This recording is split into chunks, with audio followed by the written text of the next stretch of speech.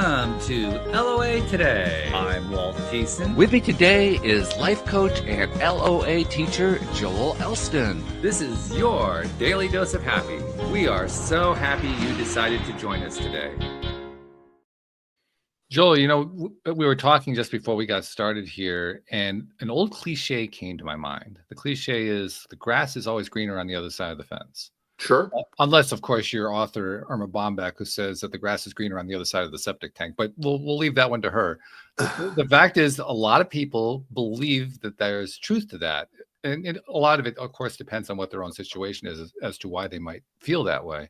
But as we were chatting, we realized that that's a fairly common thing, isn't it?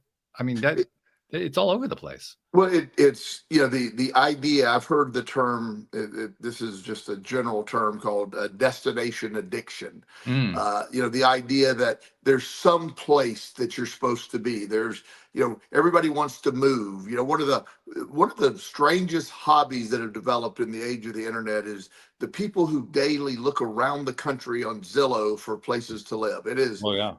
It's amazing how, you know, I hear a lot about that. People just fantasize looking at these beautiful homes on the, you know, somewhere, and everybody has a belief that life is better somewhere else other than where they're at. Right. And it's, you know, the old concept is, you know, no matter where you go, there you are. Yeah. So, you know, wherever you're at, if your mindset's wrong, it doesn't matter where you go, you're going to be miserable. There's always something better on the other side. There's always something, and it's not true, but we have that idea that, oh, this person must have a better life, so I would love to be doing what they're doing or being where they're at. And, you know, you've heard me talk, I work with some fabulously wealthy people that, you know, on the surface, when you say, well, this person's a billionaire, they have no problems. They have some of the worst problems I've ever had to deal with. It's just, so there's an idea that things are better on the other side. One of the things I used to laugh at, I've shared this analogy before. When I was a child, when I was a young teen, my dad and I used to go fishing every Saturday morning. And we had a place called Lake Susan in Claremont. It's a great little place. And we would get in our little boat and we would go to the other side of this lake through a canal to fish. Yeah. And then we would pass another boat pretty much every Saturday morning who were coming to our lake to fish, and we were going to their lake to fish. So Right. the idea that our lake clearly wasn't a good place to fish, that their lake was better, and we laughed about that every time because we almost passed them every Saturday morning. Right. Right.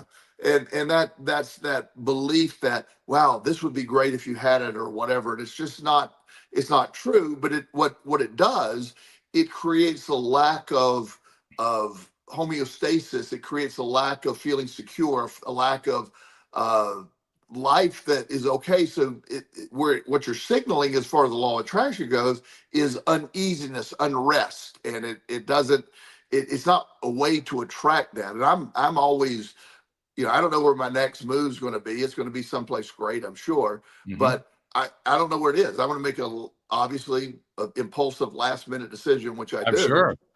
When it's And time, I'll do it. Show, right? I mean, we're looking forward to that report. Yeah, and I have no idea where it'll be, and that's what I'm going to enjoy it, and I don't know how long I'll be there, but I know I'm going to do that. But it isn't a need to get away. I just like, I used to always tell my client, never run from something to something. Always run to something. Don't run away from something. You wait till you find what you want or find what you want, and then run to it. And you know, it's the idea I got to escape, because usually the same things you're dealing with when you have that feeling you got to escape are going to take place in another location. Yeah, well, that's just the problem, isn't it? But there's also a second piece to it, which you kind of alluded to. You talked about how people will do these kinds of things. They'll desire these kinds of changes in location and so forth without being willing to do work on themselves internally. Yes. And the ironic piece of that is, if you do the work internally, that's how you end up getting to the other place. Yes, completely. We reverse the order. I mean, that's a very common human tendency. We figure if I got to the other place, then I can do the work on myself, because it's gonna be naturally be just part of that. Well, In fact, it's the other way around. Yeah, absolutely. And that's that's the intuitive, most logical step when you don't know how this works. Right. Let me just get away from here where everything's wrong. I'll go to the new place and everything will be right. And if you haven't done the internal work and the stuff around that, then obviously the results are going to be exactly the same when you go. But it doesn't feel that way. So geographic cures never ever work, especially with addiction. Always geographic cures don't work. You got to do the work, and then you can go wherever you want to go. Yeah. But escaping something until you address what the underlying cause is, when you keep attracting the same partner, keep attracting the same dysfunctional situation, you're going to do that in a new location as well.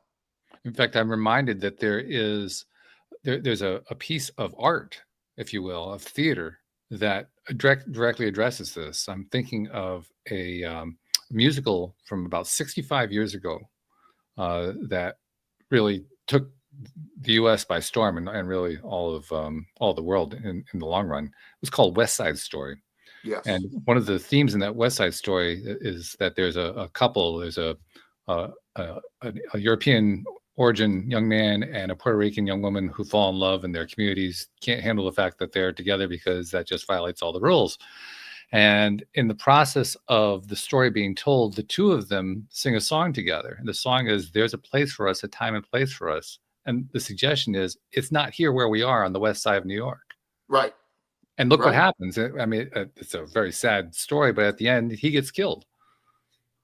Yeah, that's, wow. Yeah. Yeah, I mean, it's a stark way of bringing home. It's not about where you need to go. It's about what you're doing now within yourself. And being, we talked about this last week a lot. We talk about this on some level every week, but being happy, learning to be happy, learning to be fulfilled where you're at, you have the life you want. That brings more of what you want, and that includes destinations. When the idea that there's not an easy way out if you don't do the work. That's the key. It isn't simply just saying I want to go there. It's dealing with the same redundancy. One of the things that is really frustrating when I deal with men in general, and me being a man, I can relate, obviously, is men basically have two responses to emotional situations. Okay. Silence or anger, the average man. It's fairly common, yeah. Yeah, they don't, women have 64, like crayons. They have 64 emotions for crayons. Yeah. I stole that from Mel Robbins, by the way. I like that. Yeah, that's good. Yeah, credit to Mel. Yeah. So, but they have unlimited emotions for any situation. Some of them make no sense, but that's just a different topic. So, but men almost always respond with silence or anger, because vulnerability is just something that we believe we can't show, or crying, or anything that shows us as weak. So we just have to be silent and accept it. And I have historically had issues with that. I've done a lot of work over the years myself, as you know, but I've always, the emotional vulnerability is not always been my strongest suit.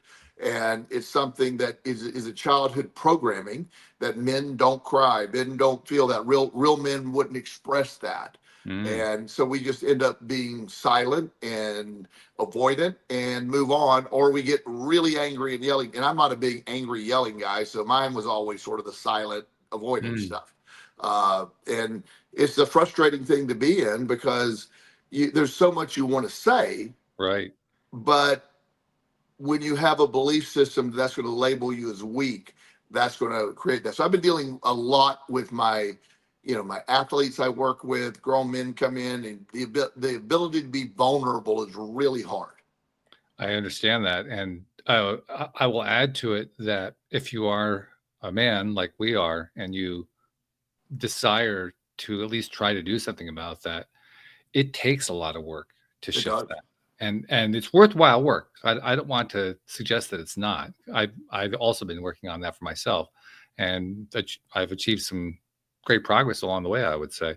But there's also the side of it that, like you say, we do live in a society that rewards that. I mean, it isn't just that kind of happens. There are active reward cycles in play in our society that we regularly, as males, have to deal with on an ongoing basis. I don't know if you saw this story. It's funny how our podcast always leads to certain things.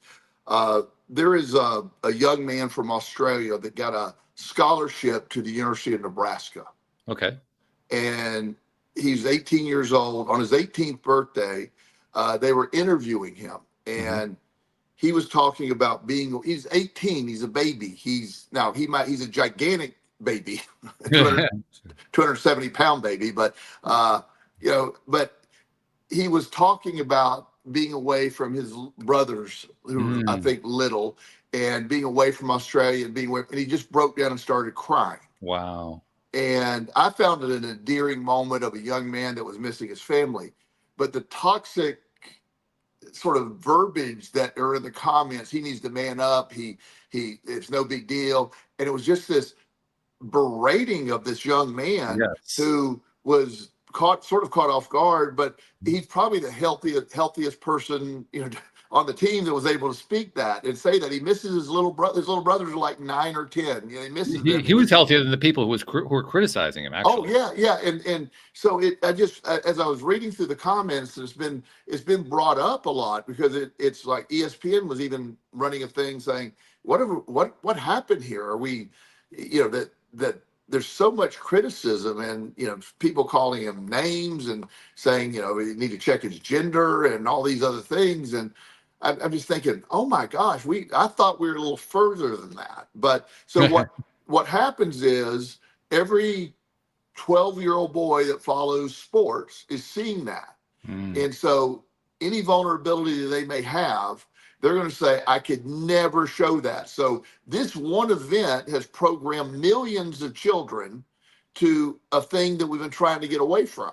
And I'm not trying to be overly dramatic. I don't know the real effect it had, but this has been reposted multiple times, and it's all over the place, that this young man was simply crying because he misses his family, who he's never been away from. He's in a different country, and it just hit him at the moment of the interview. And it's now, to be fair, there's a lot of people stepping up supporting him too. Which is great. But there's the indication of the thing you were talking about how we move forward. That is an indication of that. It is. So I like to point out that, but I don't know, I haven't checked it, but I was just doing the first 100 comments. I sort of positive or negative. Right. Positive being supportive, young man, healthy expression of emotion. Negative being man up, all that toxic stuff. And it was about 70% toxic. Really? That high? Yeah. Wow. Yeah. Now, I don't know how it continued. I mean, it could ebb and flow, but I know, just seeing that myself, when some of the young guys I work with, that just once they're able to just understand and they realize, wow, I can't express that safely and it not impact, and it really makes a difference. But it is, we're not giving a good example to men still, and it's a big thing. I'll even go further than that. It's not just the young men, it's the young women as well. And the example that I'll give will be female athletes who play in the WNBA basketball league. Yes. Because one of the things that keeps coming up there, and I don't really follow a lot of the stuff up close, but every once in a while I'll catch, this happened, that happened, and I'll notice some of the commentary. And I saw, of course, one of the most famous stars in the WNBA is Caitlin Clark. Yes. And she's really kind of taken it by storm over the last couple of years. And there was some incident where Paige Beckers, who just joined us as a rookie, was in there was some thing that happened on the court where I don't know exactly what it was, but she thought she'd been fouled, and she hadn't actually been fouled according to the referee and so forth. And one of the comments to her was, well, welcome to the WNBA. Toughen up, Buttercup. Well, gee, doesn't that phrase sound a little bit familiar? Yeah, it does. You see that. You see that imagery. You see the verbiage and males and females and the roles they're expected to play. Even in my description, as when I was telling you about the story and the 64 emotions of a woman. I mean, that's a stereotype as well. I mean, it's women do have a lot, from my experience, have a lot wider range of emotions and have less trouble expressing than men in general. But nonetheless, it's just we have these roles that are sort of dealt out of how you're supposed to be. When somebody sees me, I have an image that they make an assessment of probably what I believe politically. They have, you know, I've been, you know, you never know, but I'm just saying we make assumptions that, like, oh my goodness, this guy, you know, look at all he's been through. He's tough as nails. He's never been vulnerable. Well, I mean, I've been dead almost, and I've, you know, had to, all that stuff I've had to go through. So I had to break all the molds for me to survive. But it's shocking that we're still here. In some ways seems like we have taken a step backwards too. And actually, I'd like to chime in on the female side again, because I understand what you mean when you say that women are more often going to be able to express a wider range of emotion. I would say that that's marginally true, but there's also considerable evidence that shows that women in particular are not just encouraged, but actually in some ways forced to withhold emotion, to basically suck it up, buttercup. And it's not something that's recent. It's been going on for a long time. There was a post, I don't know if it was an interview or what, but it was of Madonna. And Madonna, she was getting an award or something like that. I don't remember what it was, but she was making commentary about the road that she'd taken to get to where she was.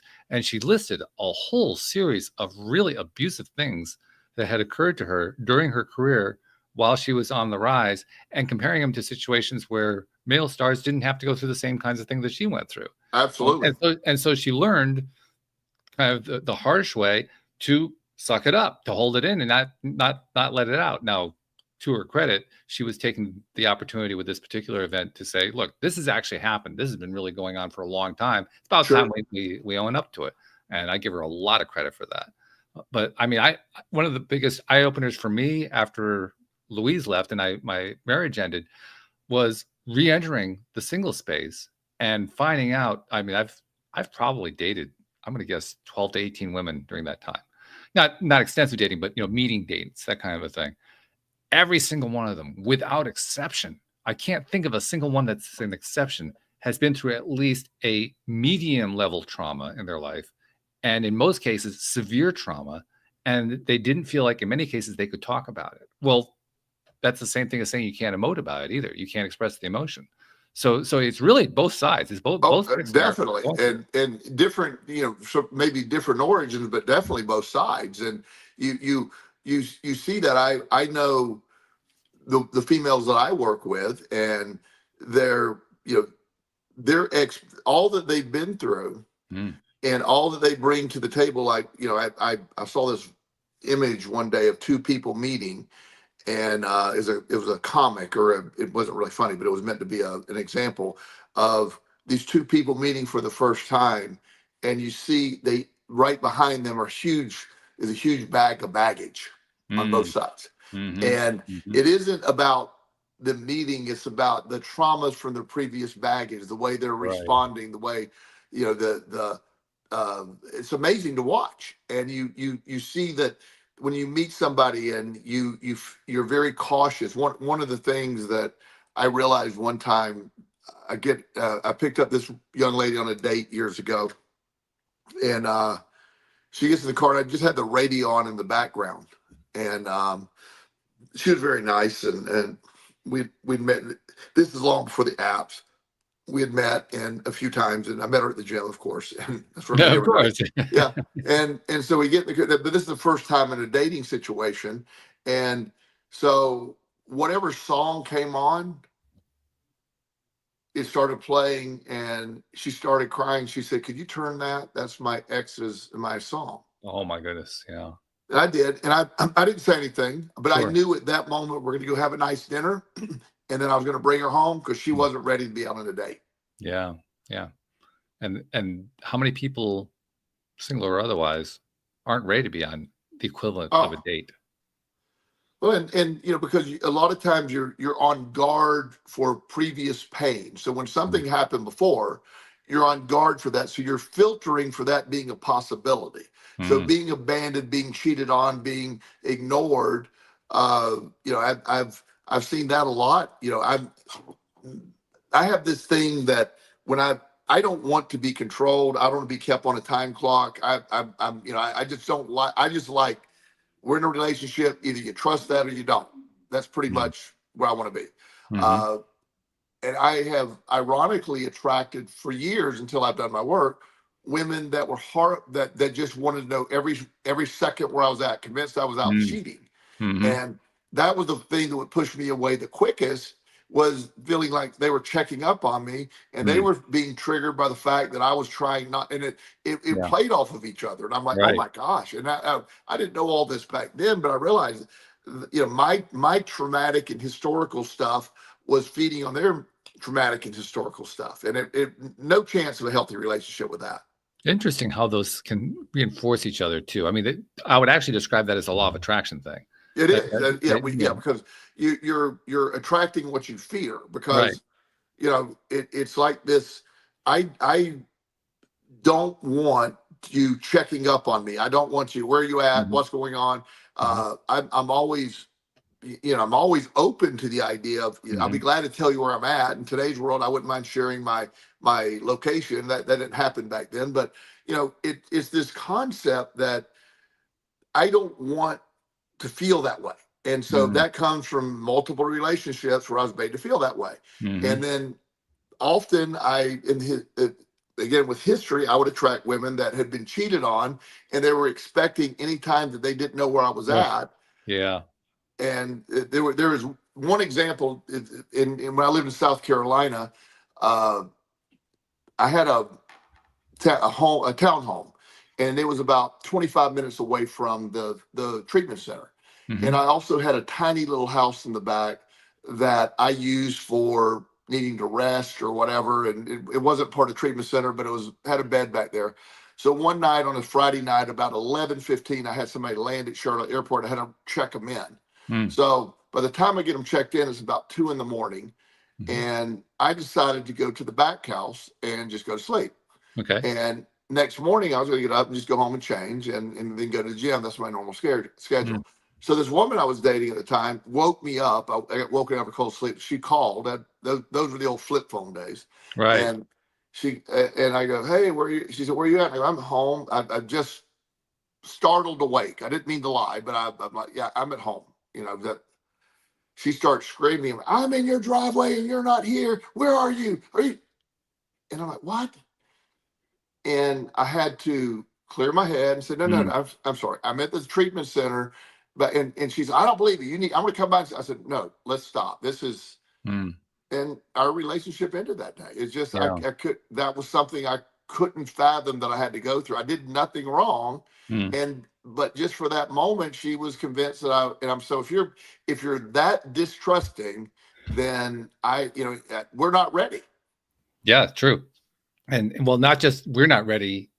If you have that level of distrust, the honest thing to say is, I'm not ready. I wasn't. Yeah, I'm I not. mean, Yeah. the person who's feeling the distrust needs to be able Yeah. to admit that to themselves. Yeah, yeah. And also me being so easily triggered by her was probably meaning I wasn't ready. Was definitely meaning I wasn't ready too.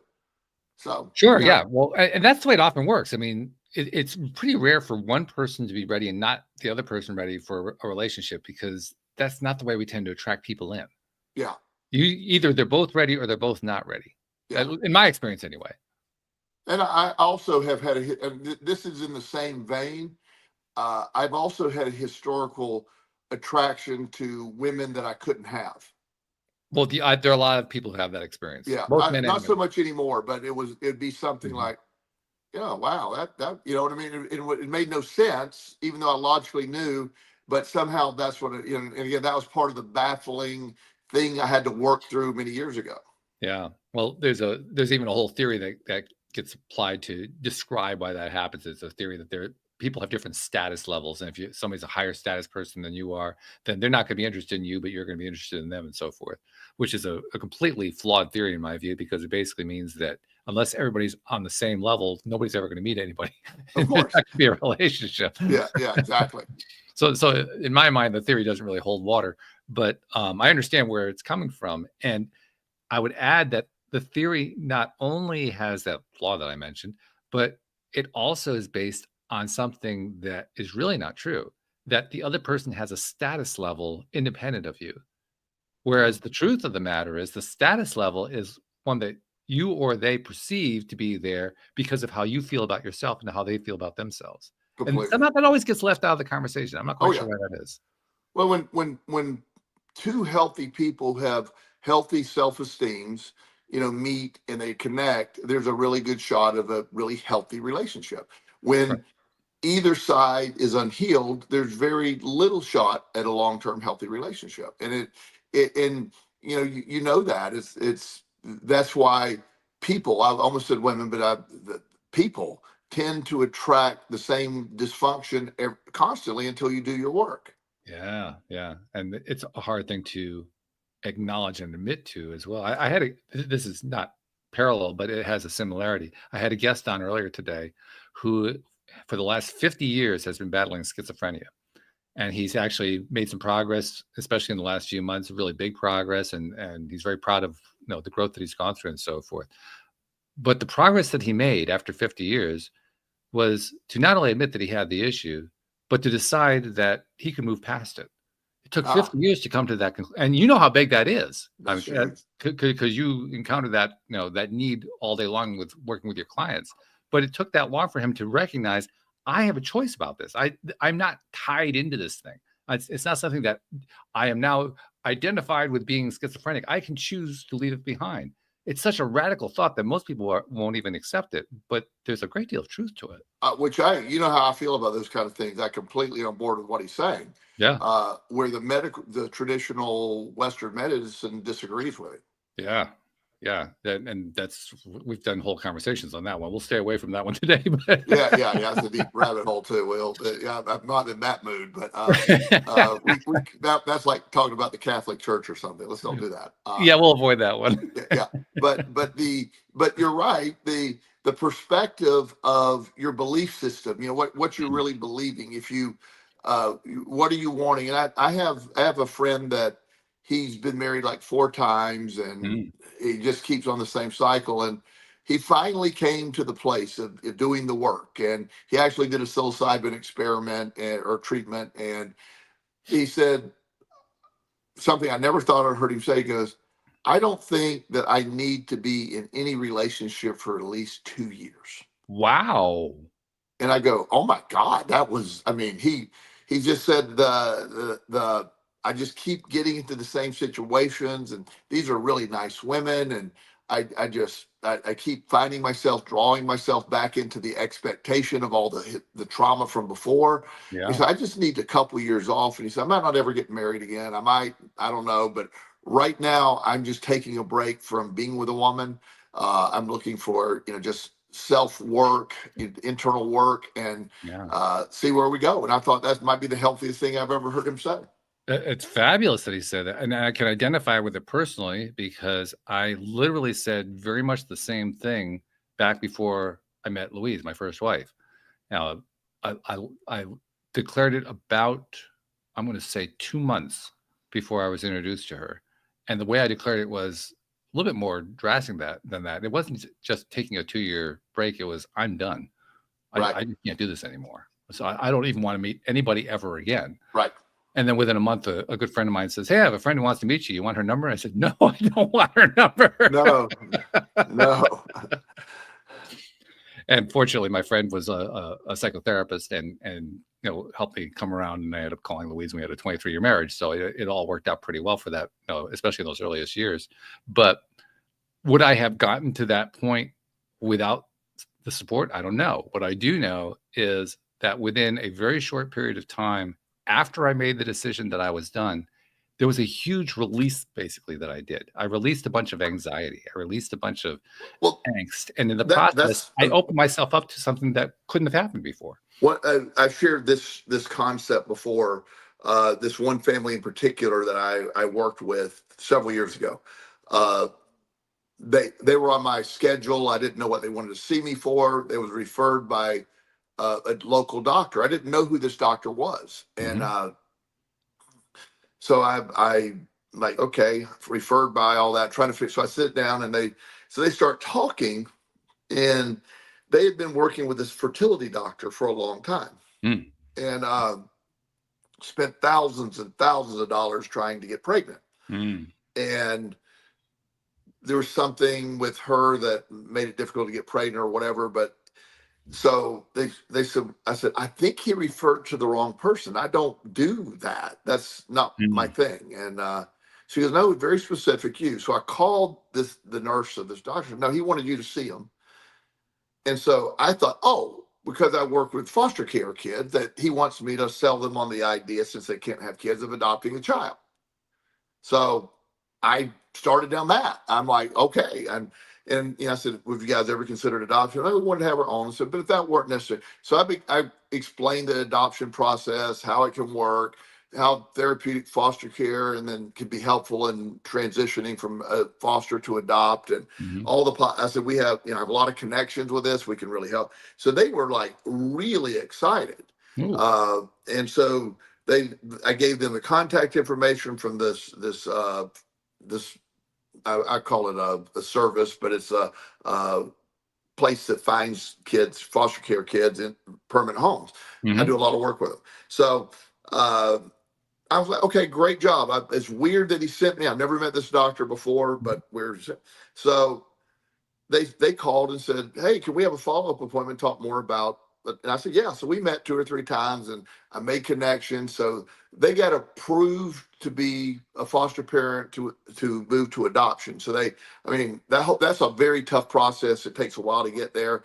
So I was really excited.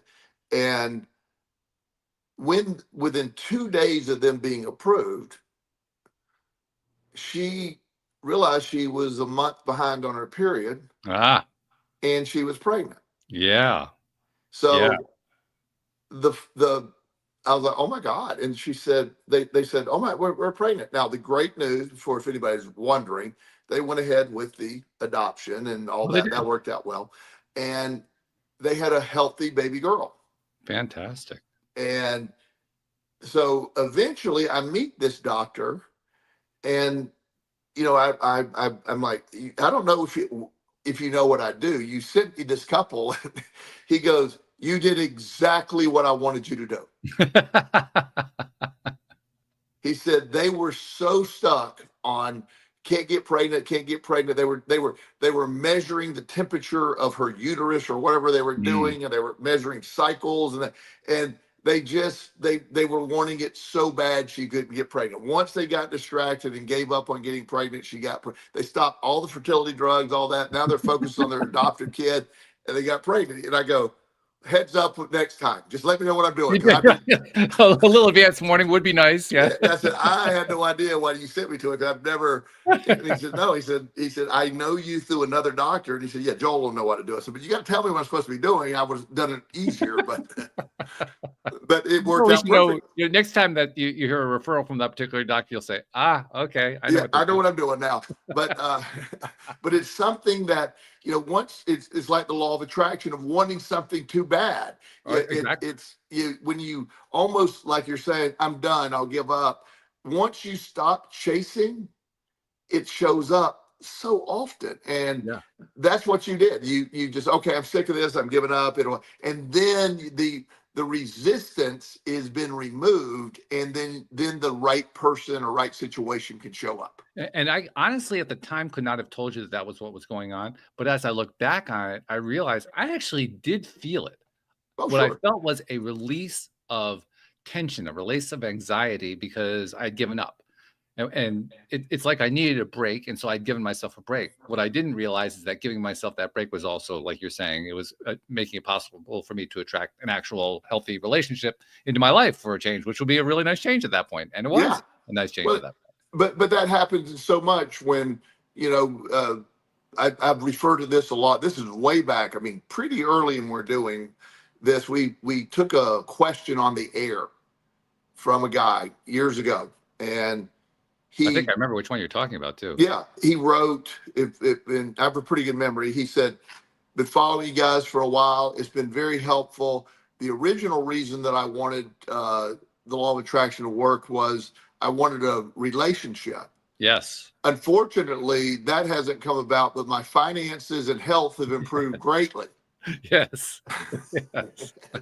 And The unintended consequence. yeah, and I said, well, that you and I both answered that was saying, well, the stuff you just put out there, good health, financial and all that, and that came about because you weren't. But what you were chasing, you were giving off the I'm desperate, I like that, so you're Yes. pushing it away. Exactly. And that was the perfect example of stuff he didn't even he didn't really. The other stuff was important, I guess, but it wasn't his main focus. The relationship was what he was desperate for. Those unintended consequences are really fascinating too, because I can think of a guest who was on the show one time. She was a really cool guest. We had a great conversation, and she was talking about a method that she uses to basically keep her vibe up, keep her attitude up, focus on positives and so forth. Her method was really quite simple. She'd get a pad of Post-it notes, and then anytime that she came up with something that she thought was like a really affirmative kind of a statement, she'd write the Post-it note and post it someplace in the house. And they were like all around the mirror in the bathroom. They were in the kitchen. They were in the living room. They were next to the TV. I mean, they were just posted all over the place. And a completely unexpected byproduct came out of this. Her husband started working on himself just by seeing the same notes all over the house continuously. Absolutely. And he wasn't even trying to do it. He wasn't trying to make any changes, and he just started doing it. Well, one of my clients started working with probably 6 years ago, and she had a very complex, difficult, very wealthy family, but relationship with her son. He had a lot of addiction issues. Her at the time, she was married to her husband, who had an open affair with this lady, and there was so much going on in her life, and when she was describing that, I said, well, she said, well, what are we going to do about all that? And I go, nothing. We're going to work on you. And I said, so I will tell you this. I'll make one promise to you. So you're not going to believe this until this happens. If you do your work, everything else will fall into place. I don't know how. I don't know what's going to happen. So her son, who was a severe alcoholic and always having just really in and out of rehab, eventually stopped drinking and started working out. Her ex-husband and her the ex-husband now, they got a very healthy divorce and are far better friends now than they ever were in a relationship. Wow. They're doing fantastic. And she said, once I healed myself, everybody else, it's magic, like you said, they did. I said, but you didn't have to do anything. They saw your growth and they decided to do it. But as long as you all were stuck in that dysfunction, you were lost. And so the work done, it isn't you never have to work on another person, just work on yourself, and their response to you will change for sure. Yeah, it reminds me of a really great example that was presented to me one time. The idea that people will use the analogy of getting your ducks in a row as a way of saying you got to get everything organized in your life. You have to make sure everything's working right, dot your I's, cross your T's, all that kind of thing. And the person who shared the insight with me pointed out that that's not how mother ducks actually get their ducks in a row. The way the mother ducks get their ducks in a row is they start waddling, the ducks line up behind them. Yeah. That's it.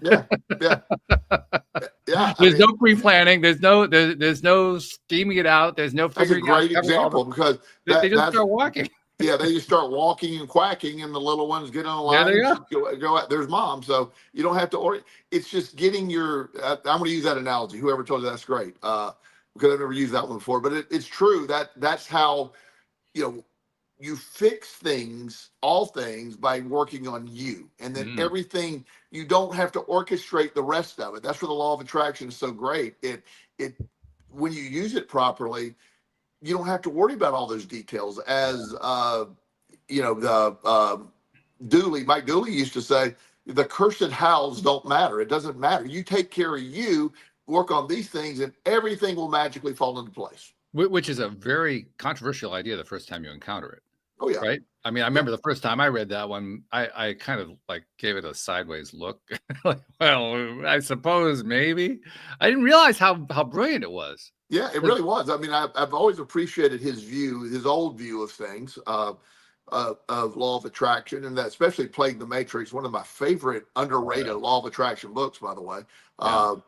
And when you understand that, and you understand these things work, and you don't have to do the things you think you have to do. Lacking money is you don't have to go chase money. You have to have an abundant mindset, and then the things fill the place. Now, as you know, I'm also a big believer in taking action. So there's an action component for me that's necessary.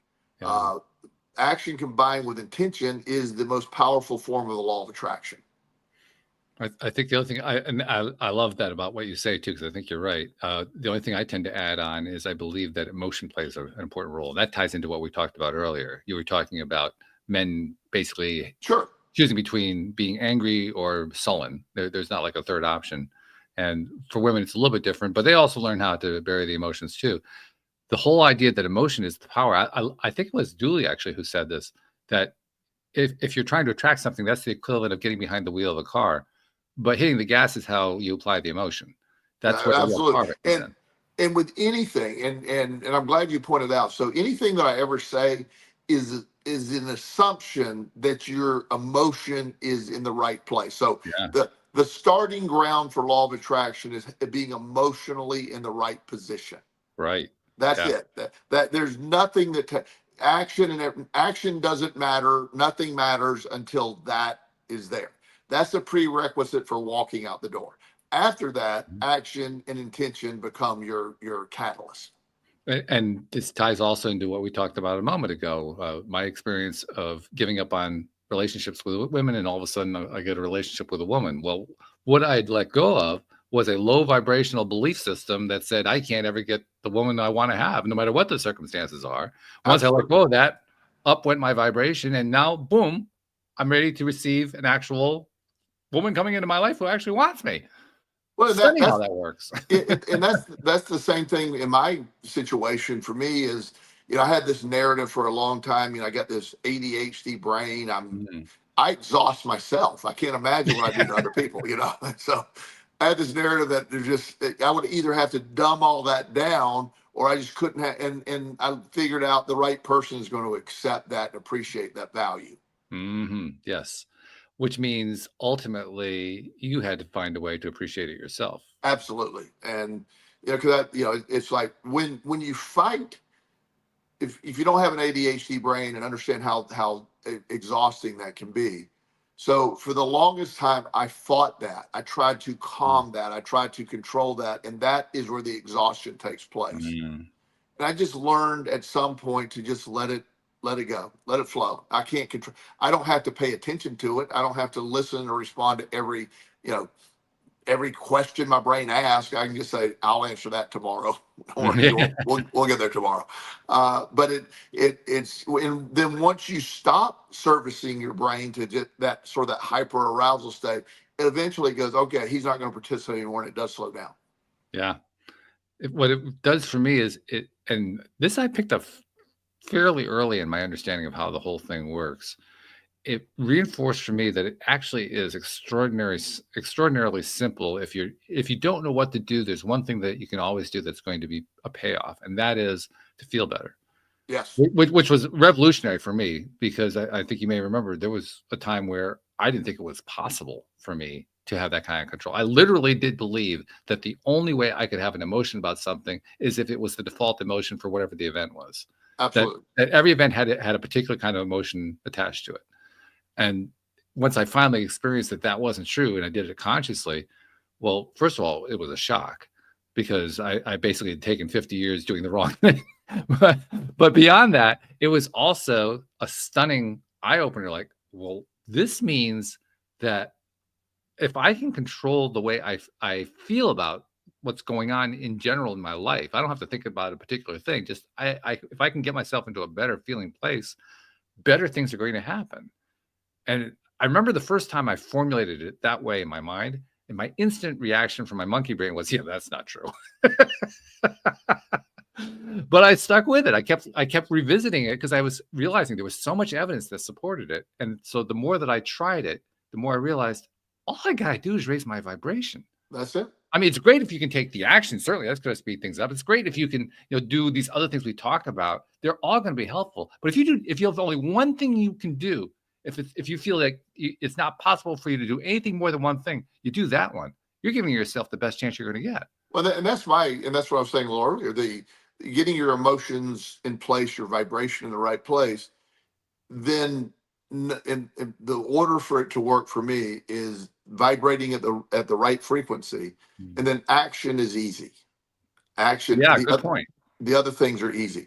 I don't. In fact, I get very frustrated if I were taking action in a low vibrational state, because that feels very frustrating and useless in my mind. So I don't even engage action until my vibration is right. You were just reminding me of something. I have a good friend that I was having a conversation with very recently, and the friend was expressing that, in her opinion, I was giving more to our friendship, to our relationship, than she was. And from my perspective, the stuff that I was giving was easy because I was just doing it from a high vibrational space. It was like, this was not difficult to give you this and this and this and this. It was, but from her perspective, they were huge. And she felt she wasn't getting anything back. Well, it's actually not true, but she was convinced that she was not giving anything back. So it was an unbalanced relationship. Yeah. And it really pointed out to me, when we're in a high vibrational space, it is easy. I mean, there really isn't a whole lot of work when you're in a high vibrational space, but when you're in that low vibrational space, everything is exhausting. Yes. Everything will just one thing will wipe you out. Oh, well, you know, when you're in a low vibrational state, the catastrophic thinking turns on. Yeah. You awfulize everything. You take everything to the worst possible conclusion. And that's why it's imperative to find that right vibration. That's fundamental. That's what took me the longest time to really understand. I can't attract from that state. So instead of trying to aggressively attract, which has a reverse effect, I got to raise my vibration. I got to reprogram that. And that is done. We talk about that at great lengths, but whatever your way of doing that is, like, to me, walking out the door, I have to have a minimal, pretty good vibration. Then every day pretty much I go to the gym, which takes my vibrational rubber to the highest level for me. Right. And at that point, my day's on cruise control. That's great. That's the end result that anybody wants. They want to get in cruise control, because cruise control is easy. Yeah. You hardly even think about it. You just kind of go with life. At that point, it's good. Well, this morning, actually, I found out yesterday. So my office, it was 95 degrees here yesterday. So this story gets better now. But my air conditioning system at my office broke yesterday afternoon. So this morning, I get up and I have this, not anxiety, it's not a good term, but dealing with property managers and air conditioner repair people. None of this is easy. You know what I mean? It's just, so I got up thinking I said, you know what? I will stop all of that. I need to eat my good breakfast. I need to go to the gym, and then I will be able to attack whatever with a much better mindset, because I get really frustrated with incompetence, or my perception of incompetence. So if I report my air conditioner out on a Sunday to the emergency number and I don't have somebody out Monday morning, I'm like, what's the point of having an emergency number? But I also want to bring some civility to it and also understand that person's position. And they want to make sure that I get that taken care of. So I have to have the right mindset before I get involved in those kind of things. And the simple solution for me is I did everything virtually except one appointment. And the young man wanted to go sit by the James River and basically throw rocks and skip rocks, as we had a session. And a beautiful day, cloudy, river was beautiful, flowing smoothly. Great day to be out there. So I had a great moment of reflection with an incredible young man. We had a great session that he told his mom, he said, can we do that every time? Well, that's really rough, I'm telling you. Yeah. No, that's really great. That's absolutely fabulous. You're reminding me of something else too. Something I've developed as a habit. I know you do very much the same thing. Throughout the day, I'm checking in with myself. I kind of take my emotional temperature. How am I doing? What am I feeling at this particular point in time? And one of the reasons I do that, actually the main reason I do that, is to notice when I'm dipping. When I'm dipping into, I could be working on something I actually enjoy, but this happens just all the time in life. You reach a point where things just don't seem to be clicking and you get frustrated with it and so forth. And what I've been learning to do, and I'm still learning it, but I've mostly learned it. When I notice that that's happening, I just stop the work.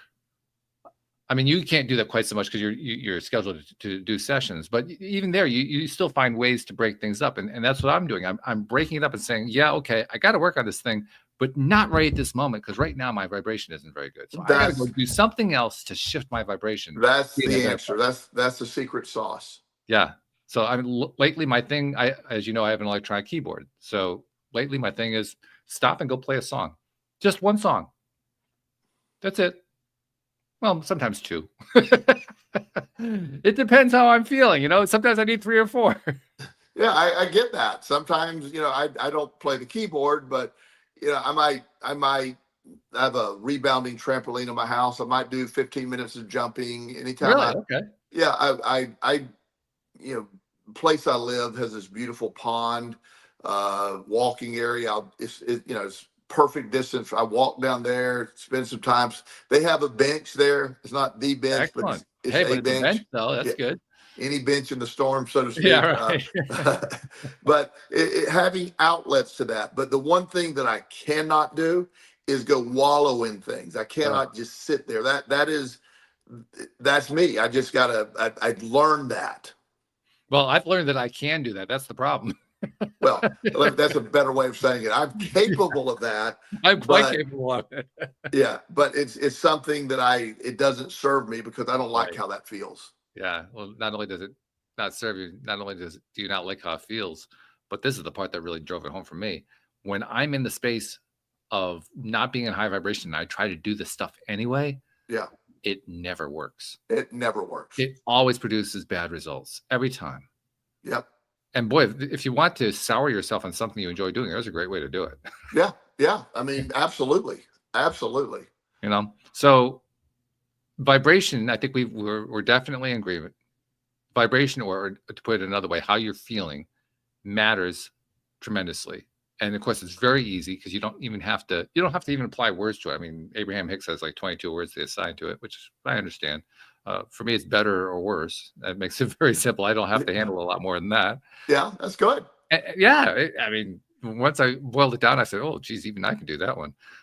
But in the process of applying that, by making it easy, there's something about taking a very simple process and applying it in a way that you can just kind of do it automatically. Yes. You don't have to think about it much. Something about that just makes it easier to do. I completely agree.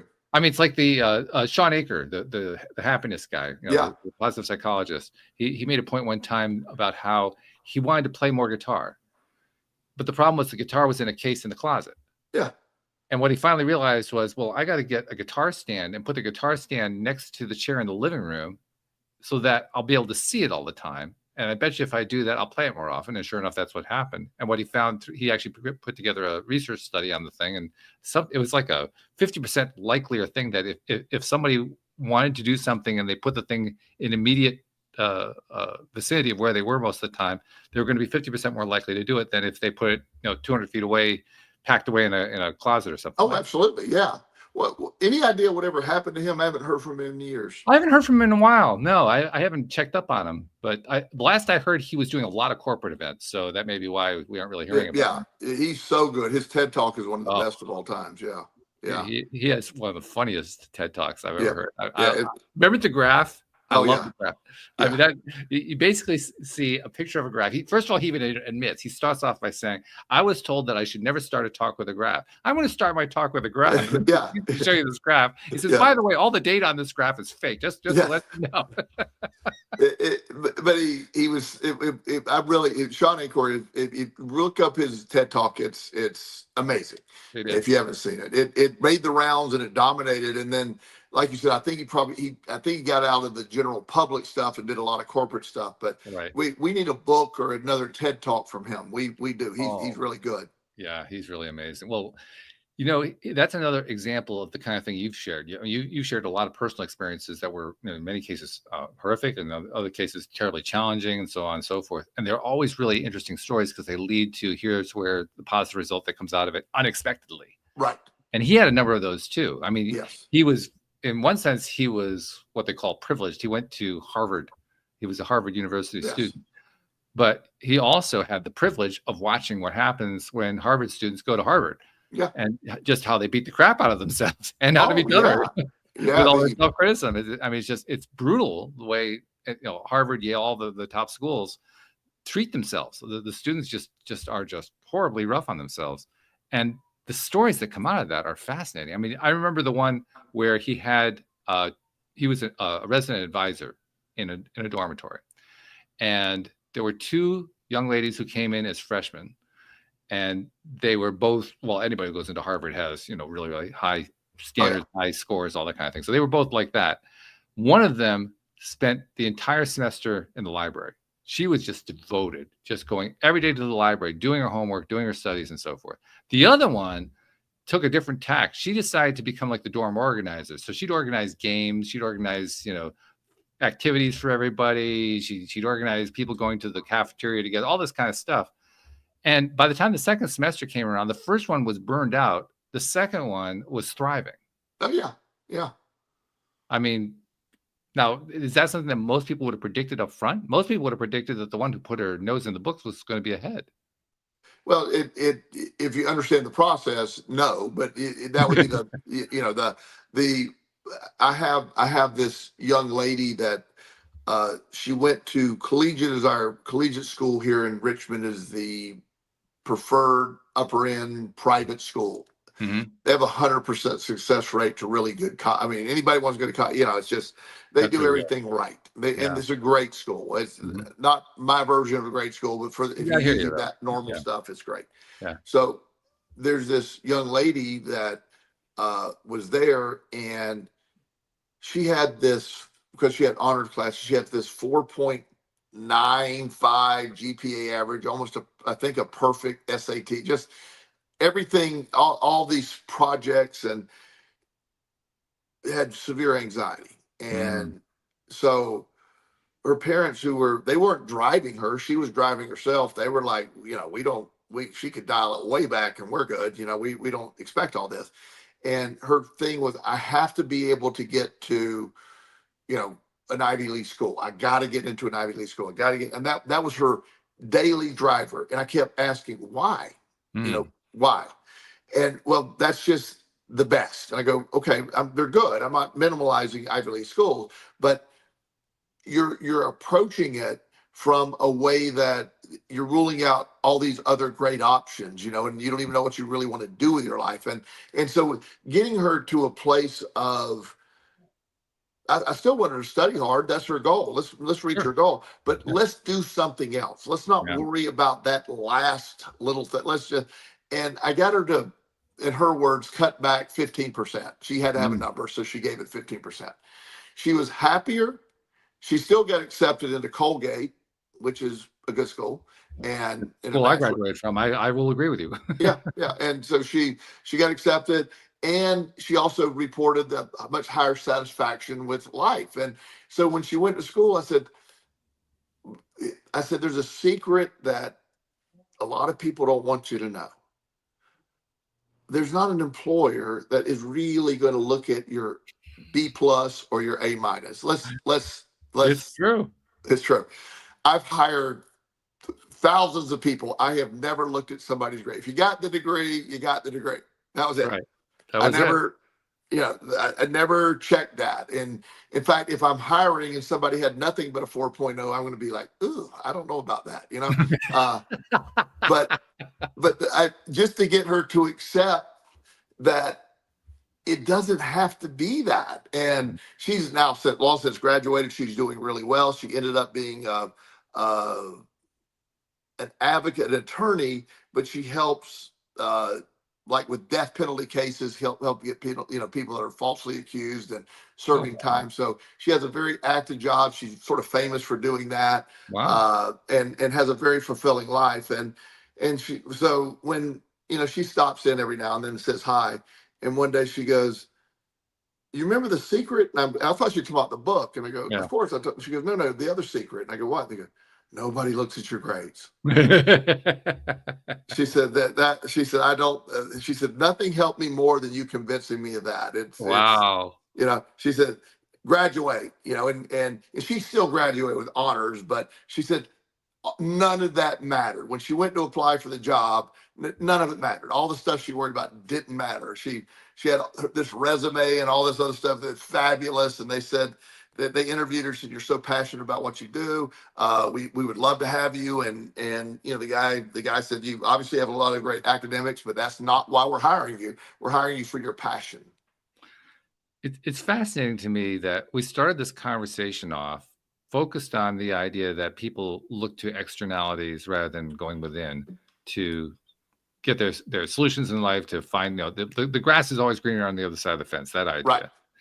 And we ended up, I don't think we actually deliberately did it, but we ended up coming up with a whole bunch of examples of how people, including ourselves, believed that the grass was going to be greener if we did this, the grass was going to be greener if we did that. Absolutely. And when we let go of it, we ended up getting what we wanted.